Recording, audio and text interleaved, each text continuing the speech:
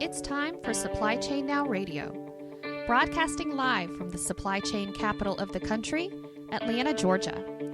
Supply Chain Now Radio spotlights the best in all things supply chain. The people, the technologies, the best practices, and the critical issues of the day. And now, here are your hosts. Hey, good afternoon. Scott Luton here with you live once again on Supply Chain Now. Welcome back to the show.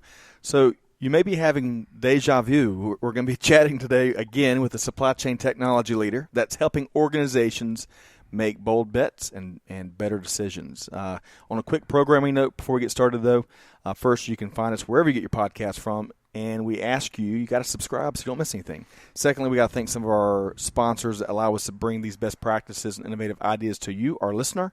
They range from the Effective Syndicate, Vector Global Logistics, Supply Chain Real Estate.com, Verison, Talent Stream, you name it, and many more. Check out our sponsors on the show notes of this episode.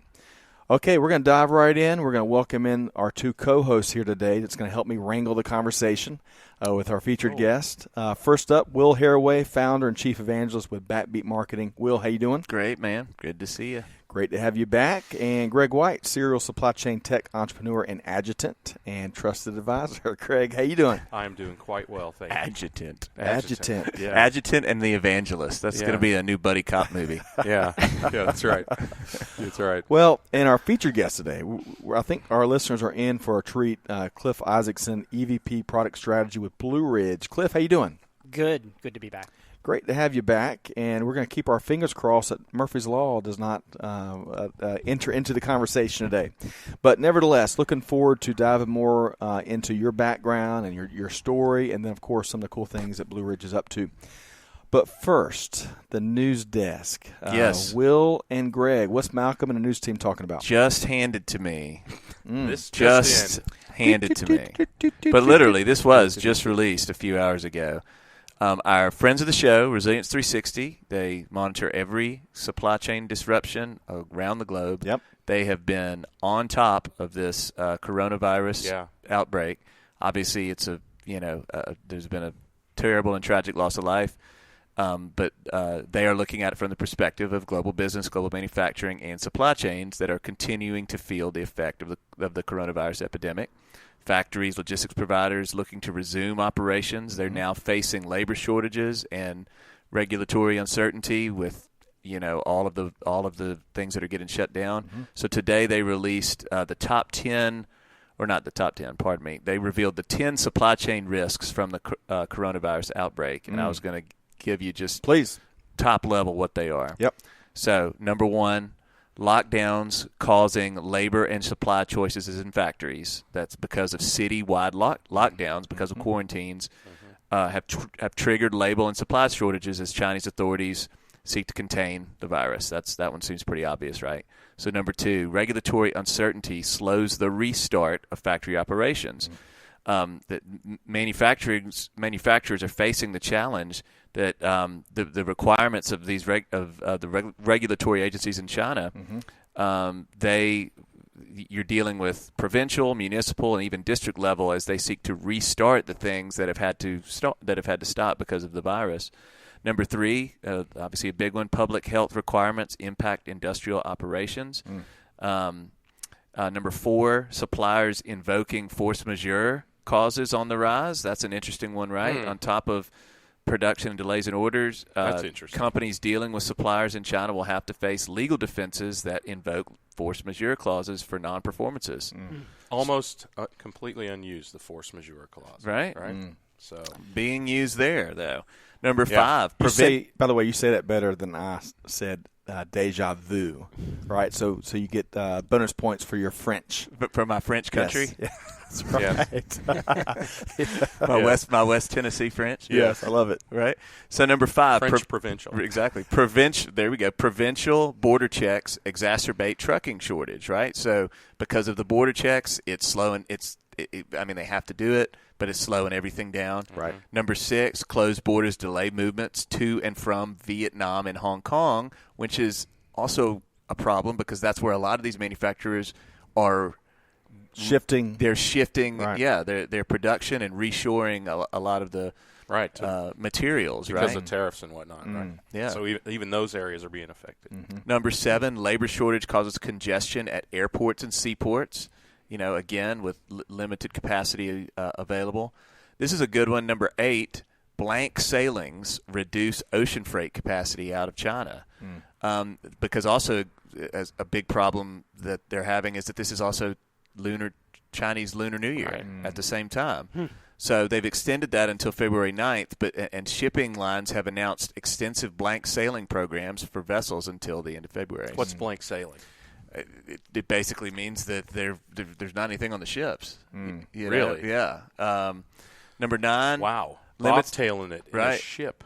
Number 9, limited air and rail cargo capacity to increase prices because there's limited capacity again, so that's making prices drive up. And then number 10, which is obviously things that we're feeling here, ripple effects being felt overseas. China is a big provider of manufacturing and production around the globe, and some of the industries impacted, just to name a few, automotive, pharmaceutical, medical technology, and, of course, domestic airlines. Yeah. Right.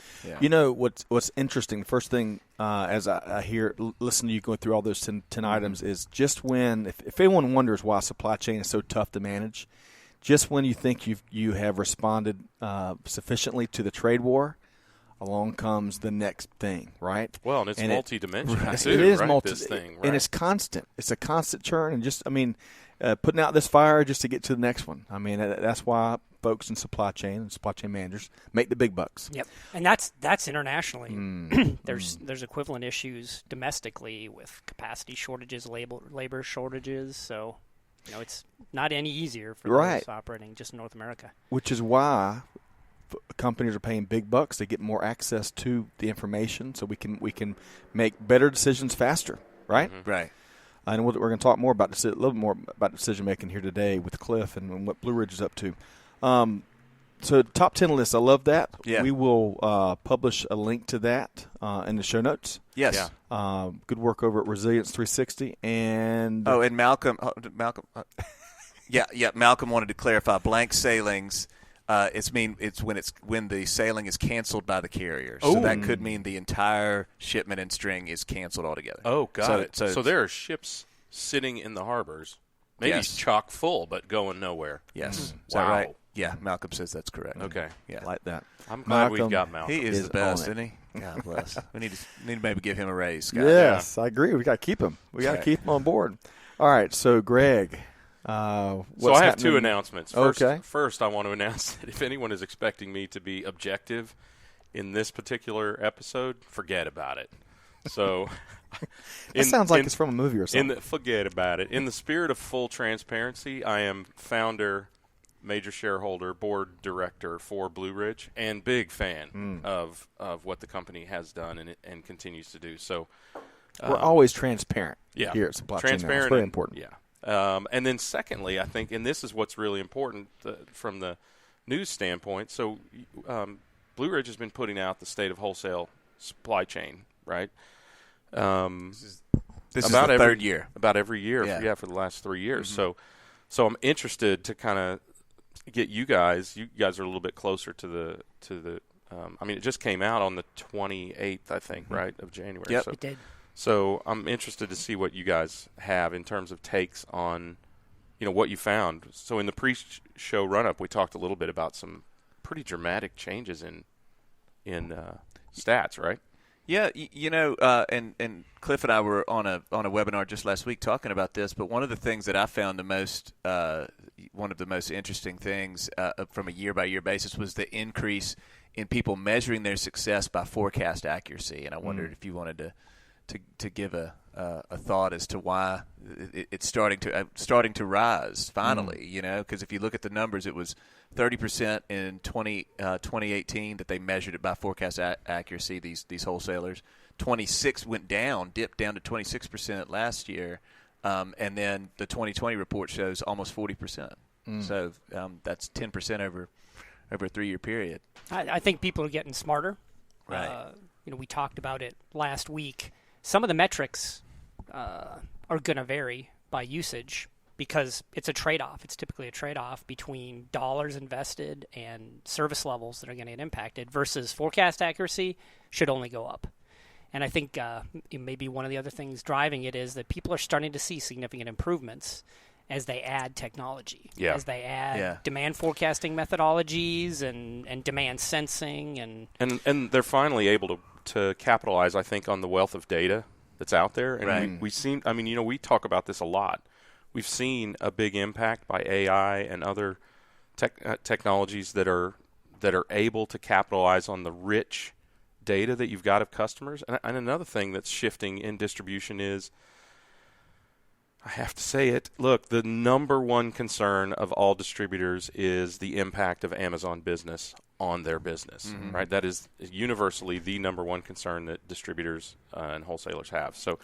So that being the case, they have to be more predictive, forecasting, and responsive to the customer to meet the demands of a wholesale consumer that are much more like a retail consumer. And I think it's as much because they've been forced into it, and the data is available, and the technology is available to capitalize on it as anything else. And just to clarify, the survey that Blue Ridge has now done for 3 straight years, they survey 150 Blue Ridge customers, and then all of the National Association of Wholesale Smart Brief readers and subscribers. So it's a very extensive survey. Yeah.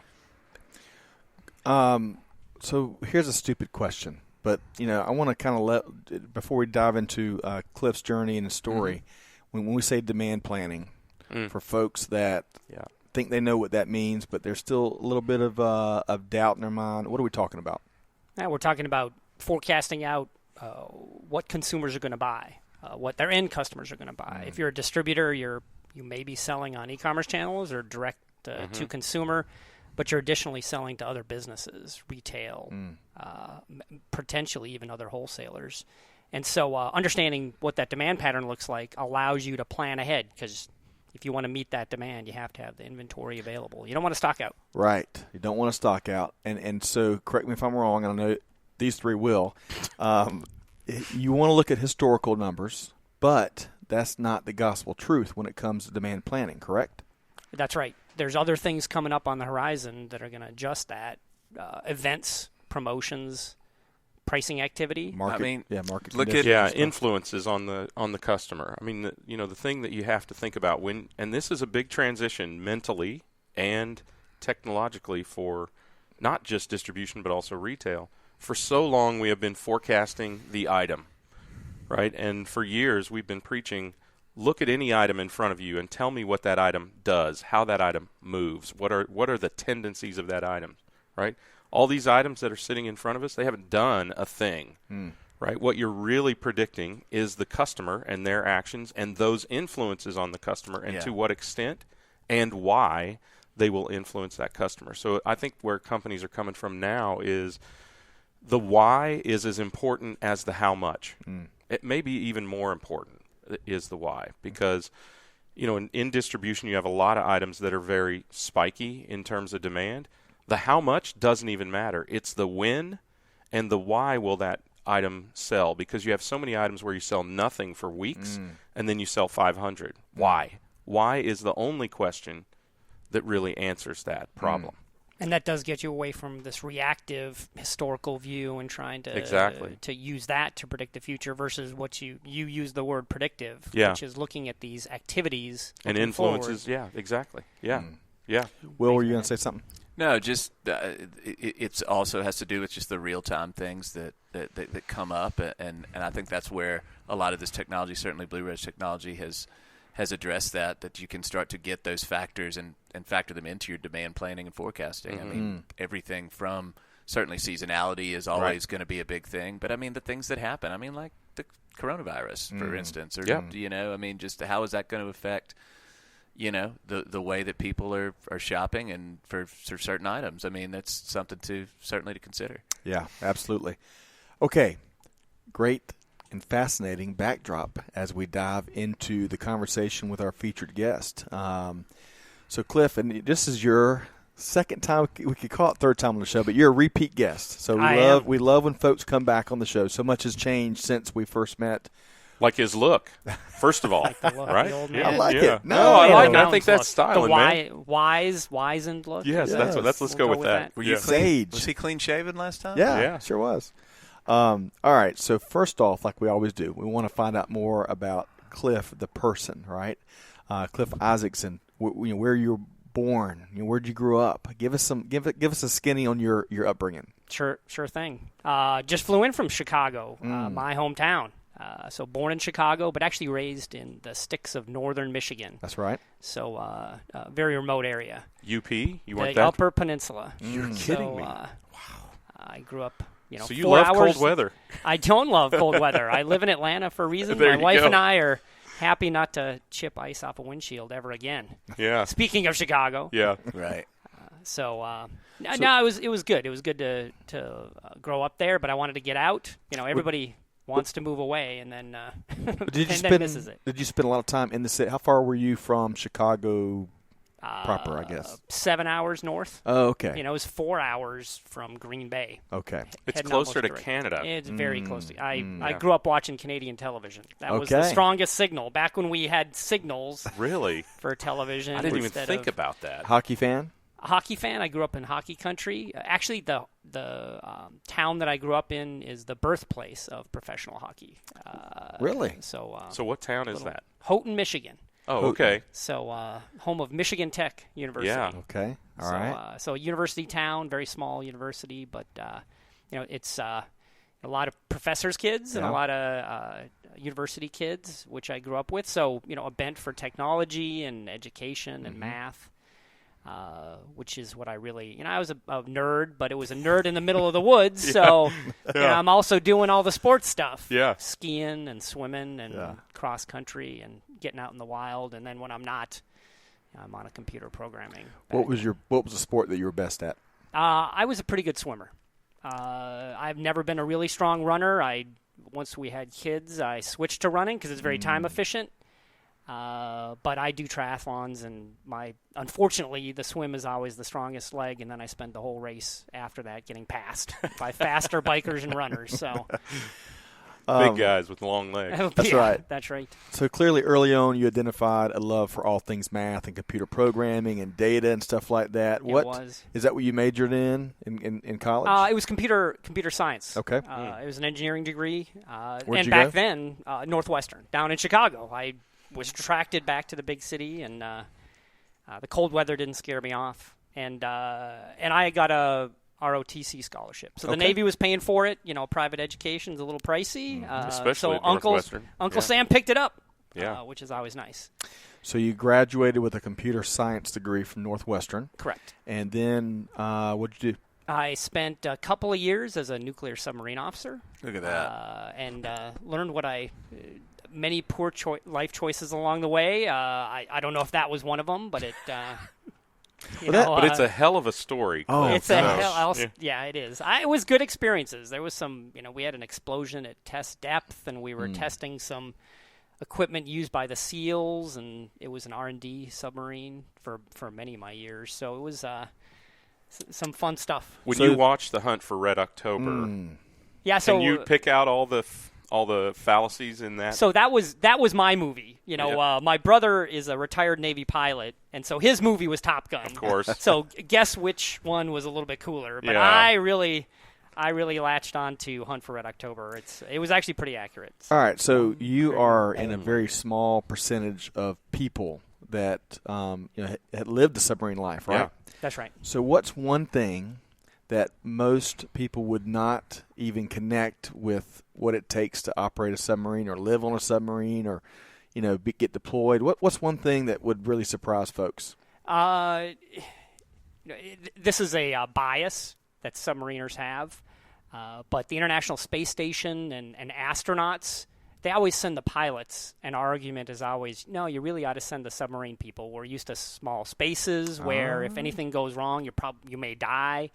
So I don't know if they'll start looking that direction. It's also a lot of engineers. Mm-hmm. And knowing my brother, actually, he's a pretty good engineer. I can't give him too much of a hard time. But what did he fly? What he aircraft? flew fixed wing, He was actually up here in Atlanta, north of Atlanta for a while, flying fixed wing and then CH-46 helicopters, which isn't anybody's first choice, but he did some interesting missions. He was deployed doing on a Marine Corps transport, doing search and rescue, so he's got some stories that he'll talk up quite a bit. So you may not know this. One of your customers, Dan Schildga, the CEO of CRP, was a submarine commander. I did not know that. You two That'd be, have a lot to talk about. Conversation. It is fascinating. He was very young on a submarine of what he called Rhodes, retired on active duty. He had a number of people who were just kind of riding out there. It's fascinating, fascinating for how it shaped his leadership.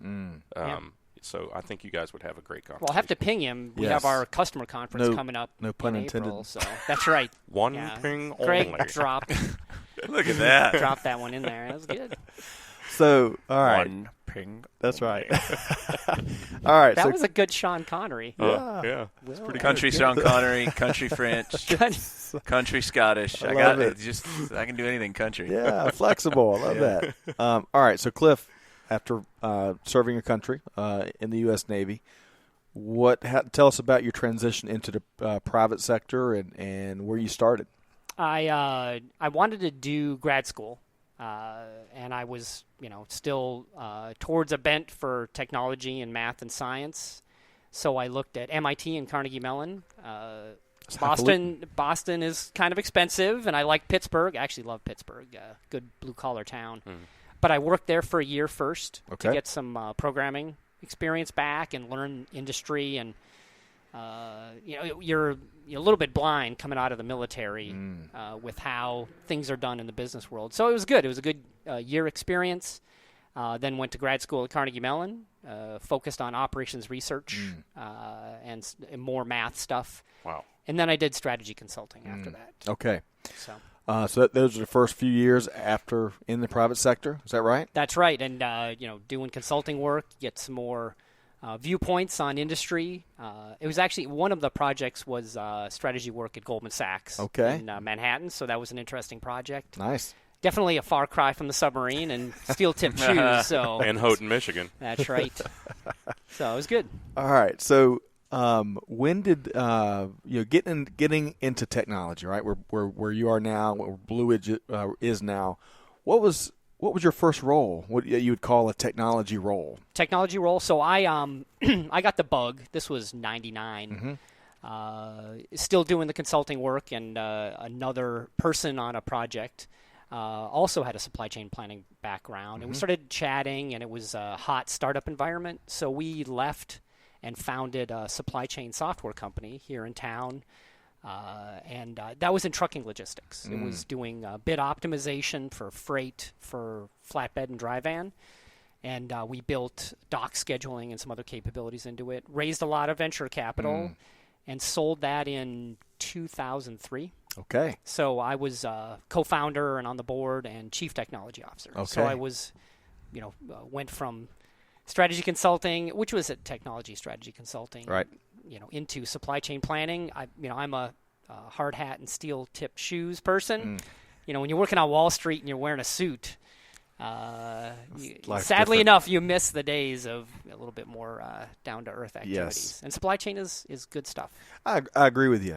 It's practical. You're problem solving. There's a lot of esprit de corps in supply chain. That I've always appreciated. That's right. And I think it's giving back to society. It's doing something that's important. You're delivering goods that people need, and some of those are medicines. Some of those are literally life-saving, right? You're saving lives indirectly, and you're taking inefficiency out of the system, which is math and science is our tools and toolkit that are applied to solving real problems like this. So your theories are tested right away. Yes. That's right. I mean, very immediately. You are good or in bad. it, right? You are in it. Yes. Yeah. It reminds me, I cannot remember the perfect Lexus tagline, but it's something like the relentless pursuit of perfection. Yes. That is like the perfect tagline for supply chain because you're constantly, what works well in February of 2020 may be different in the first week of March 2020.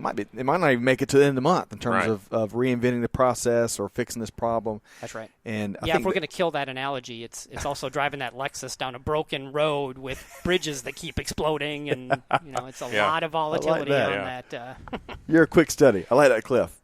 All right, so let's talk about when you joined the Blue Ridge team and what that company does. Let's talk about your transition into Blue Ridge first, and then let's talk more about what Blue Ridge does. Absolutely. When we sold the startup, I ended up going to work for a professor of mine that specialized in inventory optimization. So I spent a number of years doing inventory optimization, transitioned over to price optimization for industrial goods, retail, actually a little bit of time in hotel and rental cars. And so I had a startup that I had finally gotten the bug to do again in price optimization for distributors.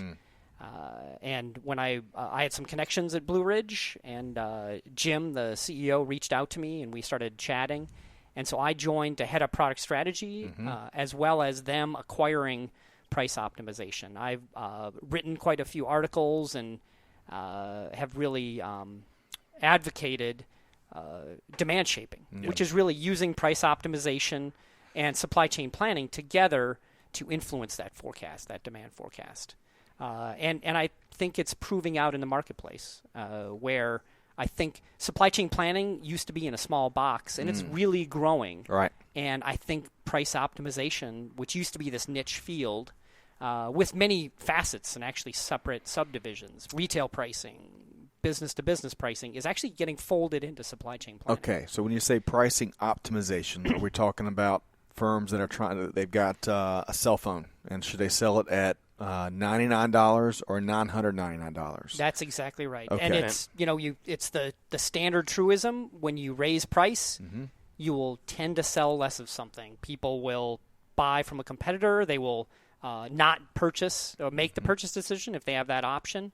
And it's relatively easy to do in retail because it's a consumer. It's a strong demand signal. It's trickier with industrial goods. Distributors have a very complex problem to solve because they actually have that retail business to some degree, but then they have this negotiated price, and that demand signal is, what I would say convoluted, and it makes it harder to measure price sensitivity. Okay. Well, historically in distribution, pricing has been ethereal, to say that's giving it at credit. best. Yeah, it's emotional mostly. I mean, a sales rep is on the street sometimes going, I got to sell it for $1.65, boss, or they won't buy it, right? And there's no real support around that. And what pricing optimization does is it creates a level of measurability that is not, if not infallible, it's at least a solid argument for how to impact price to impact, or drive price to impact to That's right. demand.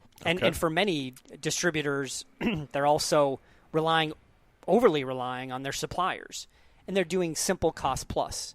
They're taking what the supplier is recommending for promoted price or the price coming in, they mark it up, and then they sell it at that rate with some sort of discounting, which has nothing to do with what people are willing to pay. Right. So where does gut instinct come into the That's where algorithm? the sales reps, That's right.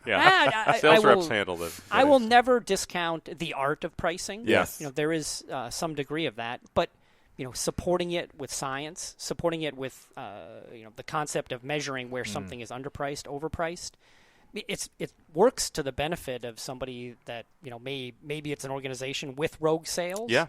Because the salesperson is typically putting more money in their own pocket. They're getting more commissions because they're selling more. They're raising the price on things that it's probably money being left on the table. The proverbial table. At least inform the emotion, right? I mean, at worst, what a pricing optimization tool does is inform the emotion. You don't have to change, Right. But at least you know what you're leaving on the table, and that's where I think pricing optimization and supply chain planning, they have a great confluence. Is that a lot of decisions in supply chain planning, execution and replenishment and allocation, things like that, a lot of those can be very emotional. I just know if the number of times I have to look at the camera. Yeah, I know. The number of times that You're I've just heard, making fun of me just last week about that. the number of times that I have heard this is why I have a pet peeve, right? Number of times that I've heard people say, I just know is distressing. And and it's counter to the goals of most businesses. So if only to inform those people that just know. I, by the way, was one of those people. I was in store operations. I was one of those people who actually said, I can forecast these items better than any machine can. What nobody really understood was I was only looking at 3 items. And in truth, anyone could have forecast them because they were the fastest moving items in the store. That's right. You get deep in the assortment, those C&D items, good luck. Anywhere, right. And the truth is, it's just a law of large numbers. Everyone was buying it. WD-40 picked the item in an automotive store, right? But everyone was buying it, so it was easy to predict. And the nuance is around those items that are influenced by something other than just mass demand. That's right. Well, you already brought up what is a huge contributing factor, which, and you mentioned store operations. Retail has gone through this. Yes. It's Amazon, and they've come in and price optimization, price sensitivity, willingness to pay, measurement has become, you can't survive without it. Yeah. It's table stakes in retail, and now distributors are, we're staying in front of that because distributors are starting to see it. They want to sell directly. They want to bypass a retail channel potentially. Yeah. E-commerce has allowed that. But Amazon has come in. Price sensitivity, visibility, and transparency to pricing has applied. And so it becomes very critical for distributors. Yeah, all undoubted. Right. So we're talking with Cliff Isaacson, EVP Product Strategy with Blue Ridge. Cliff, what does Blue Ridge do? Blue Ridge gives you a better forecast. Okay. We're really simply trying put, to. I like that. And that better forecast really allows 2 different outcomes. One is it reduces stockouts because you're more efficiently deploying that inventory, but you're not throwing inventory at it. You're freeing up working capital and really freeing up dollars by only investing in the inventory to get you to that better service level. And real quick, for folks that don't know stockouts, folks that may be new to retail or new to supply chain, when the customer's ready to buy something, back to the iPhones, and in that moment, ready to make that transaction, and there's no inventory. That's right.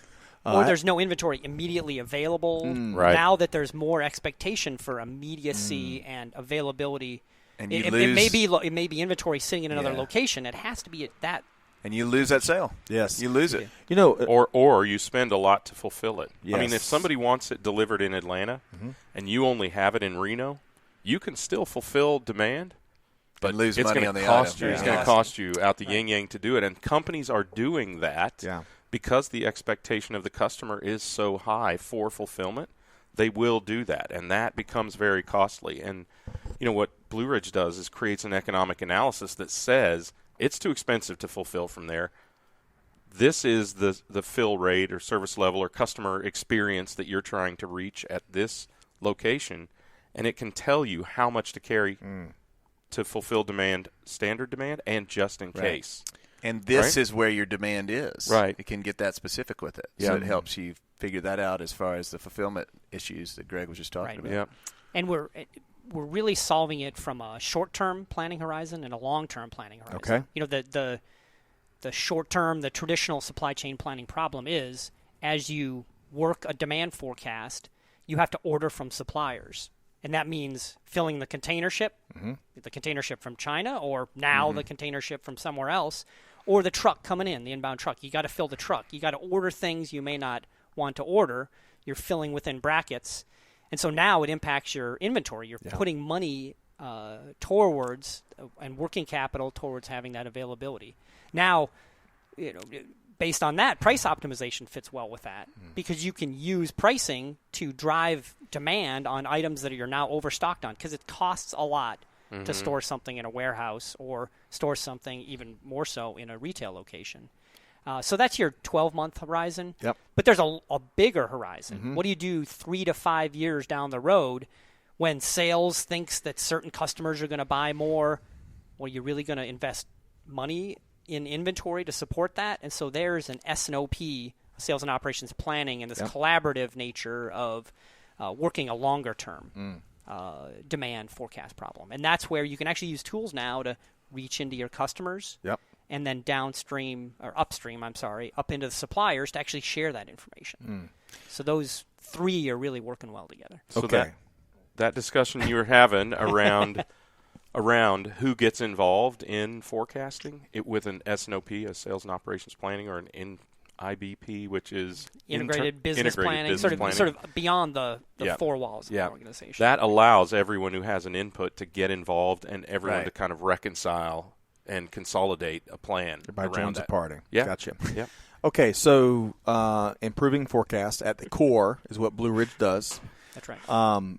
Where do you spend your time as EVP product strategy? Where do you spend your time? Podcasts mostly. Chatting with Greg over a beer. Triathlons, yeah. Board meetings. If it was only that simple. Yeah. No, it's meeting with customers.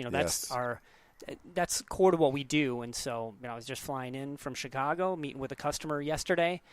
Great discussions because they're providing a better forecast to them and understanding their needs to get to that, to understand their processes, these short-term supply chain planning processes, these S&OP processes, and really bringing their organization together, connecting them with suppliers is about what we do. And then I meet with a lot of prospects, companies that are interested in doing business with us, to explain what our roadmap is, working on that roadmap and the team that's executing on it. And then the big one lately has also been bringing this price optimization enterprise version to market and tying it into this Blue Ridge platform that we have. So as the non-technologist, maybe even of the group, am I accurate saying that the Blue Ridge platform you just referenced, there's a standard part of that goes into each of your customers, and then based on all the differences from sector to sector and company to company, is there a customization piece to the platform as well? It is. It's a cloud-based solution, which is really the advantage. We get really fast ROI because we can deploy it very quickly, and it's configurable. So I don't use the term customization as much as configurability. Gotcha. So we'll determine their roles and who in the organization should do what. We configure it, and then we wrap things around getting this better demand forecast. Gotcha. How do your planners work? How do they plan and build these orders? How does your pricing team work, and how do they get integrated with that? I think that's a really important part of the architecture of Blue Ridge, is that it's it's as configurable as any solution is customizable, but the difference with configurability is it remains supportable. You don't wind up where Will is the only person on the planet who has that chunk of code that does that. That's right.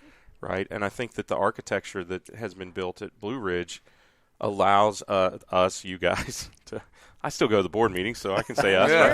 We're in it together. Yeah, it allows the application to be highly configurable, right?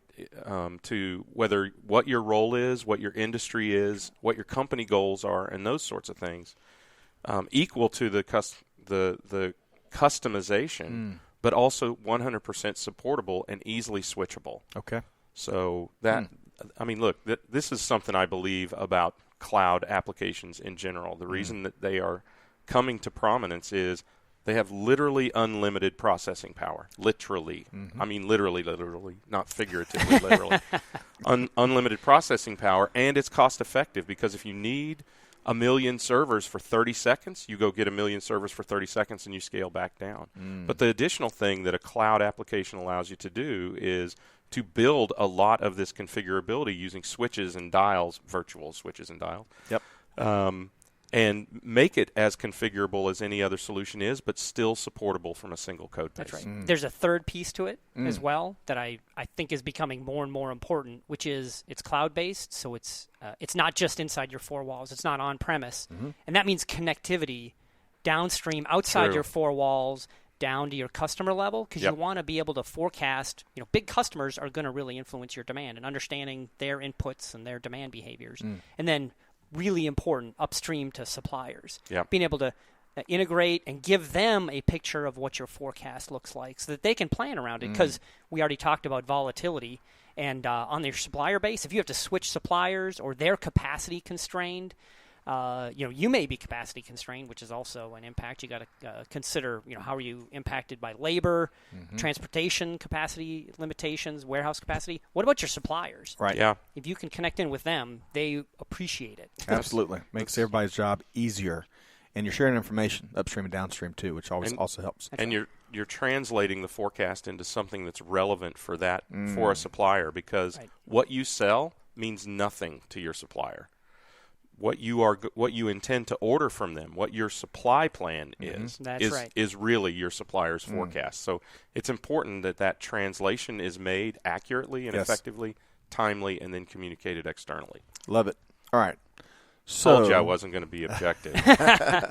Let's broaden back out. Let's find our agnostic selves here. Let's talk about the big industry, the global end-to-end supply chain industry. So, Cliff, one of the questions we love to ask folks, as you consume your news every day, as you're tracking stories, developments, innovations, you name it, or when we talk about some of the issues and challenges that organizational leaders are faced with in the global business environment we're in these days, what's a trend or two or a topic or two that you're tracking more than others right now? Volatility sums it up in so many ways. Consumer sentiment is changing. Customer demand behaviors are changing as they have competitive alternatives in so many categories, and new entrants in those categories. So give an example of what you just shared there, where sentiment's changing, or they got different options. When Amazon comes in and sells in an automotive parts category, it influences every one of our auto parts distributors, and it's usually the things that they may have relied on before for profitability, high-margin items that are now being impacted. They got to find that profit and that revenue and that margin somewhere else. And then there's volatility on the supplier side. If it's not domestic, it's certainly international. We already talked at length about that, and it's real, and it never stops. The volatility is always there. And then there's the labor shortages or capacity constraints. There's transportation capacity constraints. So that volatility, it really hits a distributor hard. They sit in the middle of the value chain. They're not a retailer. They serve retailers. They may even be serving direct customers, and they're not a manufacturer. They have to consider capacity constraints, but it's a negotiation with the supplier. And then, and I'm a bias towards technology, certainly, and so I think one of the big trends in supply chain planning is it's no longer this self-contained box that it's traditionally been viewed in. It's starting to expand out to other technology areas. Agreed. Demand sensing, optimization, long-term and short-term optimization is being more closely tied to execution systems like warehouse management, transportation management. And I certainly advocate for supply chain planning also having to consider promotion optimization, price optimization. Promotion optimization. So are we talking about how many sales to have in a season or a year? Or it even goes beyond that. Traditionally, for a distributor or a retailer, they will promote the same item year after year, which is, if anything, very easy to predict. But the true difficulty there is actually, we know a promotion's coming up. Maybe it's with an item that you haven't done a promotion on before, and using science to look at the attributes that are shared and the lifts from other promotional activity that's similar, and using that to forecast what the lift is. So on Netflix, there's Amazon Prime, there's a great documentary called McMillions. Yeah. And I think by the time this thing is published. It's on HBO too, yeah. Yeah, HBO too, that's right. So by the time this episode publishes, it's probably going to be 4 or 5, 6 episodes deep. But what's interesting about that is it's a documentary, right, about the Monopoly game at McDonald's. And that Monopoly game drove so much business for McDonald's that every time that sales dipped, they just cranked it back back up. Yes, Another Monopoly. And when they couldn't, they all wanted a Monopoly to come back because it drove so much traffic. And most of us grew up. Yeah. Even if you didn't play the game, you had those pieces on every cup or French fries. It's just funny seeing those commercials again, isn't it? Yes, it is. And so to our listeners, if you hadn't seen it, there's also the whole documentary McMillions is not about promotion optimization, but it's about a scam behind. So a couple of the $1 million winners evidently were either related or there was some kind of scam going on to make sure those prize winnings go somewhere. But great documentary. And as you're talking about, driving traffic during those peak those dips in revenue or when folks are trying to drive traffic, that Monopoly was very reliable, evidently, back in the 80s and early 90s. Oh, yeah. And there's, it's not just promotions, it's other events. We we were chatting about the Super Bowl before we started. And that's a big Won? influencer. Who won? Who won that? Was that a big deal? Again, was that a big deal for I'm anybody going to here? announce my bias.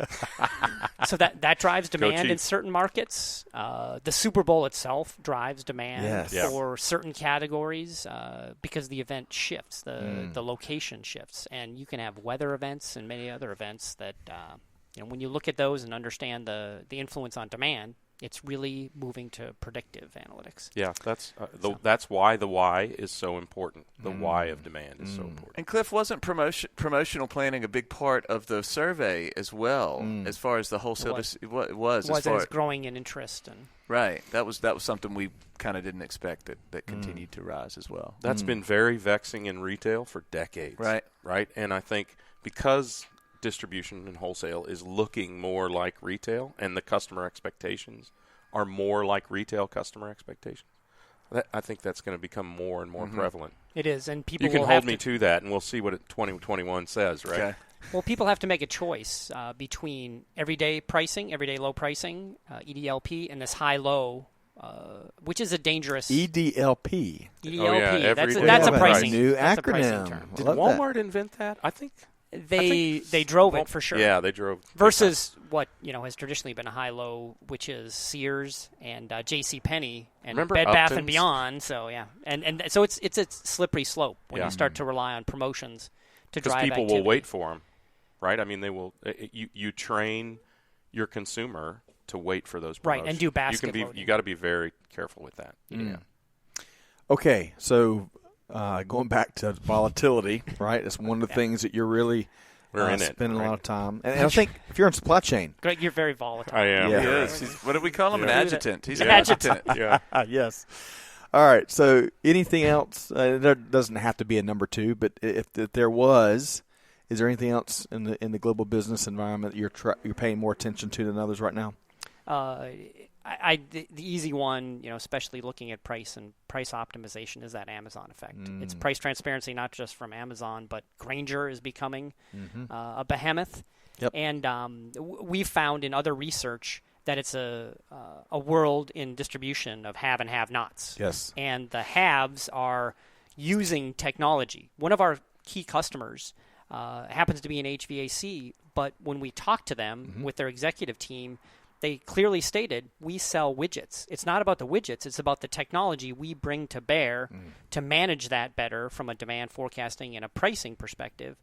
And they are on a tear through acquisitions. So they're leveraging that, and they're doing what, the survey also showed that distributors in particular are growing revenues, but margins and profits have flatlined. And they're struggling to find how you can get more profitability out of this rise in revenue. That's an example of one of our customers that solved it and using that to consolidate the market. Okay. Good stuff. Well, as we start to wrap up our interview with Cliff Isaacson with Blue Ridge here, Blue Ridge has been nominated for Supply Chain Innovation of the Year for the 2020 Atlanta Supply Chain Awards. So I know that you've got a big trophy shelf at Blue Ridge, and the Atlanta Supply Chain Awards may not be the top It wasn't me. spot. It wasn't me who nominated. But clearly, as y'all continue to grow, I've seen some acquisitions that Blue Ridge has made here in the last year or so. Clearly, you're adding leadership bandwidth, so it seems like you're on quite a run here. We are a fourth year of high growth and growth before that, which has allowed the acquisition and allowed considerable customer growth. And it's across. We're really starting to see pockets of great visibility within industries, auto parts, furniture, food and beverage, wine and spirits. And because of that also lends itself to a cloud-based platform because you learn from these different customers. Yeah, everybody's dealing with that volatility in that last sector, I think. Probably the biggest number that Blue Ridge has on there is that 98% customer satisfaction and customer retention. Hey. That is a very impressive number that they... Man. Yeah, it's important to us. Nice. So I was going to ask about one other thing, and sometimes the thoughts come and go. Blueprint 2020 is coming up, right? Yes, sir. It is. And that's going to be in April, I want to say, right? End of April. Yes. End of April. 26th to 28th. Now, do you? I know y'all got some great keynotes coming in, other speakers, but Cliff, do you doing breakout sessions? What do y'all do as a leadership team at Blueprint? So we have some main stage, some speakers, and we'll talk about what is functionality and capabilities that have just been introduced and what's coming on the roadmap. And then the breakout sessions, really now we have enough customers to really break it out into a management track. What are the strategies? What are the best practices to apply in S&OP and supply chain planning and pricing? And then we have a practitioners track. That is core to our success and adoption and use. So we have deep dives into how do you actually solve some of these real world problems, and even some collaboration. I mean, it's also about customers getting together and sharing within their industry best practices. So it's important. Even in this digital, technology-driven age, sitting down with your peers, whether you're leaders or practitioners or the doers or you name it, sitting down and comparing best practices and talking about the unique ways that we're all solving very common challenges. It's very powerful. Will, were you going to add something? No, sir. I was just basking in your knowledge and a homespun wisdom. Oh, man. Homespun. That's a good – I like that. That resonates. Well, I just liked it when he was talking about integrated business planning. You're like, everybody's invited to the party. Yeah. He just put it in a little nutshell. Yeah, that's it. It's like, he nailed it. That's perfect. Well, everybody's invited. We get lucky. So, Atlanta Supply Chain Awards, we'll see how that breaks out. I think I know we've had about double the nominations we had in our first year, 2019. So, congrats to Blue Ridge. In fact, the Innovation of the Year, I guess that was around, that award category was around last year. But I think that probably has had the most nominees. Yeah. So, you got some good competition there. But nevertheless, it's really neat to see what Blue Ridge is doing. Good segue. When is that event, Scott? March. Great question. 10th. That is a great question. Tuesday, March 10th. Down at the World Congress Center? Hosted by the largest. Is anything else going on? Y'all are still in my notes here. The largest supply chain trade show in the Western Hemisphere, as Ben likes to put it. I like that. Ben Harris at the Metro Atlanta Chamber. 35,000 people will be at the Georgia World Congress Center, all celebrating supply chain in one shape or form. And on Tuesday, we're going to be celebrating the successes for companies that have roots here or operations here in Metro Atlanta, and in a variety of categories, including the Supply Chain Innovation of the Year category, manufacturing, sourcing, transportation, you name it. And we're going to have around 100 nominees in year two, vying for the yet-to-be-designed trophy. We'll see, across 14 categories. We're going to make it look like the Super Bowl trophy. Let's make it look like the Lombardi trophy. I like that, yes. Yeah. All right, so Cliff, we would be remiss if we did not make sure that our listeners knew how to connect with you and how to learn more about Blue Ridge. And Blueprint 2020 is that open to the public or as long as you can pay? Semi-public? Yeah. It's customer only. It's customer only. Sorry. But, if you're a supply chain professional, I'm sure you will be welcome. Okay. Well, get in touch. Okay. Yeah. So how can folks learn more? How can they connect with you and learn more about Blue Ridge? Absolutely. Cliff Isaacson at BlueRidgeGlobal.com or our website, BlueRidgeGlobal.com, is a great way to start. Excellent. Plenty of good content out there. And you can find that 2020 wholesale report right there on the homepage as well. Right. Perfect. Good stuff. Okay. Well, Cliff Isaacson with Blue Ridge, thanks so much for your time today. We'll keep our fingers crossed that everything flows nicely into production. Always a pleasure. We met the first time at Blueprint last year and really enjoyed our 25-minute interview, and I'm glad that we had a chance to get you back and learn more about the story, because we didn't have time in that first interview to get to uncover where you're from, the UP and the submarine. And Submariner. Yeah. So good to have you back. It's great to be back. And Greg and Will, we're going to offer up our streamlined conclusion today. Hot dog. Okay. So we've got a variety of events beyond the Atlanta Supply Chain Awards, right? Events with the Association for Manufacturing Excellence, the Automotive Industry Action Group, EFT by Reuters Events. We just finalized the Chicago event there. Where can they go to learn more? SupplyChainNowRadio.com and go to the events. The events page, not advents. The events page. Yes. And perhaps by the time this publishes, we'll have a webinar in conjunction with Resilience 360 to follow up on those 10 items. Yep, absolutely. By then, who knows what the research will show, honestly, however long this continues to go. Hey, quick thing on that. Yeah. Sorry. They did a Resilience 360 did a podcast. They did. About, was it 2 Fridays ago? It was 2 Fridays ago. Anyway, they did a podcast it about was coronavirus the and the potential impacts. So we ought to put that in the show notes as well. It was the 31st. That was Mirko and Tim Yu. Yep. There you go. Mirko was calling in from Germany, and Tim was calling in from Singapore. Right. So it was one of our most global episodes we've done so far, I believe. Yeah. Right? Loved it, and it's very well received, by the way. So folks they can't get enough about the coronavirus. They're still it's timely, for sure. It is very timely, and whether you're in supply chain or you're dealing with it directly in a different industry, we hope certainly by the time that in the weeks ahead that we've got a bigger grasp. Yeah. It seems like we've had some early signals that containment is starting to set in. I hope those are they will stick, right? Yeah. Because you don't know how if they're accurate real. Right. Yeah. You put it more bluntly than I do. Yeah, but, I'll just say it. Yeah. But nevertheless, so check out any of the events, including upcoming webinars and in-person events on the events tab at supplychainnowradio.com. On that note, big thanks again to our featured guest here today, Cliff Isaacson, EVP Product Strategy with Blue Ridge. Thanks to my co-hosts, Greg White and Will Haraway. Adjutant Evangelist. Yes. There you go. Adjutant Evangelist and the Submariner. Quentin Tarantino has got a plot for an upcoming Oh, movie man. right If it's here. a Tarantino movie, I'm in. All right, so to our audience, be sure to check out other upcoming events, replays of our interviews, other resources at supplychainnowradio.com. Find us wherever you get your podcast from, including Apple Podcasts, SoundCloud, Spotify. Be sure to subscribe so you don't miss anything. On behalf of the entire team here, we will see you next time on Supply Chain Now. Thanks, everybody.